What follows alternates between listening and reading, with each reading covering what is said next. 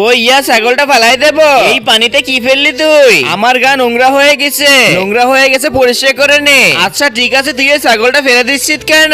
এই মরা ছাগলের মাংস নিয়ে আমি আবার কি করব? আরে তানিয়া, তুই কি পাগল হয়ে গেলি? এটা দিয়ে অনেক সুন্দর চাইনিজ রেসিপি হবে। তুই খা তোর চাইনিজ রেসিপি, আমি খাবো না। ঠিক আছে, এটা তো আজকে আমিই রান্না করব। এই চম্পা দেখ, ছাগলের মাংস এনেছি। এই ভাইয়া, তুই পচা ছাগলের মাংস কোথা থেকে আনলি? আরে পাগল, এটা পচা মাংস না, এটা দিয়ে অনেক সুন্দর চাইনিজ রেসিপি হবে। ঠিক আছে চল তাহলে রান্না করে ফেলি। ছাগলের মাংসটা ভালো করে পরিষ্কার করে নে। আজকে এই ছাগলের মাংস চাইনিজ রেসিপি এমন ভাবে বানাবো সবাই খেয়ে তো পাগল হয়ে যাবে। তার আগে আল্লাহর এই সুন্দর নামটির জন্য যে ভিডিওটাকে লাইক করে চ্যানেলটাকে সাবস্ক্রাইব করবে। হে আল্লাহ, তুমি তাকে ওয়াজ করা তৌফিক দান করে দিও, আমি দোয়া করে দিলাম। তাড়াতাড়ি করে মশলাপাতি দিয়ে সুন্দর করে রান্না করতে হবে। ছাগলের মাংসে মশলাপাতি দেওয়া হয়ে গেছে, এখন সুন্দরভাবে রোস্ট করতে হবে। কত সুন্দর ঘ্রাণ বেরোচ্ছে। এই তো আমার রোস্ট রেডি হয়ে গেছে। ভাইয়া কোথায় গেলি রে? ওয়াও, কত সুন্দর দেখাচ্ছে। এখন তো সবাই মজা করে খাবো। চল খাওয়া শুরু করে দেই।